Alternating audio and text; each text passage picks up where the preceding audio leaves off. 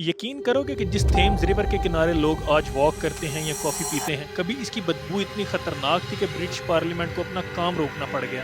आज का London Thames river के बिना सोचा ही नहीं जा सकता, लेकिन असल में लंदन बना ही थेम्स की वजह से था। कहानी शुरू होती है तकरीबन 2000 साल पहले 43 एडी में। रोमन्स ब्रिटेन आए और थेम्स रिवर के किनारे एक ट्रेडिंग सेटलमेंट बनाई जिसका नाम रखा गया लंडनियम। रिवर ने लंदन को सब कुछ दिया, ट्रेड, ट्रांसपोर्ट, फूड, प्रोटेक्शन। दुनिया भर से आने वाले जहाज थेम्स के जरिए लंदन पहुंचते थे और धीरे धीरे ये छोटी सी रोमन बस्ती ब्रिटिश एम्पायर का दिल बन गई। फिर एक वक्त ऐसा आया जब लंदन दुनिया का सबसे पावरफुल शहर बन गया। फिर वही रिवर जिसने लंदन को बनाया, वही रिवर लंदन की सबसे बड़ी प्रॉब्लम बन गई। 1800s में इंडस्ट्रियल रेवोल्यूशन के दौरान लंदन की पॉपुलेशन तेजी से बढ़ने लगी। लाखों लोग शहर में आए। मसला ये था कि मॉडर्न सीवर सिस्टम था ही नहीं। इंसानी वेस्ट, फैक्ट्रीज का कचरा और घरों का गंदा पानी सीधा थेम्स में फेंका जाता था। 1858 की गर्मियों में हालत इतनी खराब हो गई थी कि थेम्स से उठने वाली बदबू पूरे शहर में फैल गई। इस वाकया को हिस्ट्री में द ग्रेट सिंक कहते हैं। पार्लियामेंट के पर्दों को केमिकल्स में भिगोकर खिड़कियों पर लटकाया गया ताकि एमपीज काम कर सके। लेकिन बदबू इतनी थी कि पार्लियामेंट को टेम्परेरी तौर पर बंद करने की बात होने लगी। इस दौरान कॉलरा की वबाएं फैल रही थी, हजारों लोग मर रहे थे।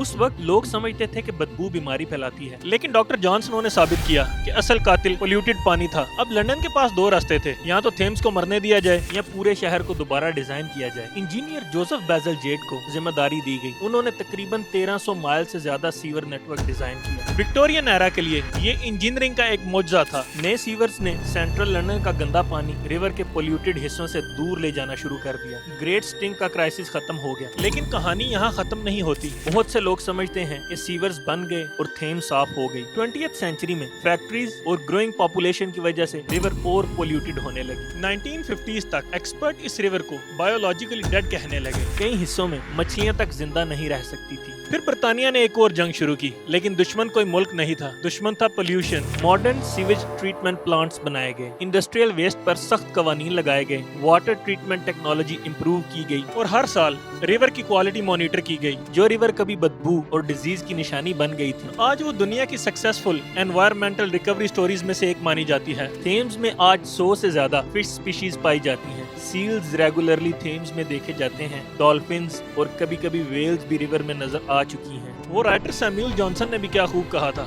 When a man is tired of London, he is tired of life। और शायद वजह यही है कि लंदन सिर्फ अपनी बिल्डिंग्स की वजह से मशहूर नहीं है, बल्कि इसलिए जब इसकी सबसे फेमस रिवर मरने लगी तो इस शहर ने उसे वापस जिंदा कर दिया। आज जब तुम थेम्स के किनारे खड़े होते हो तो तुम सिर्फ एक रिवर नहीं देख रहे, बल्कि 2000 साल पुरानी रिवाइवल की स्टोरी देख रहे होते हो।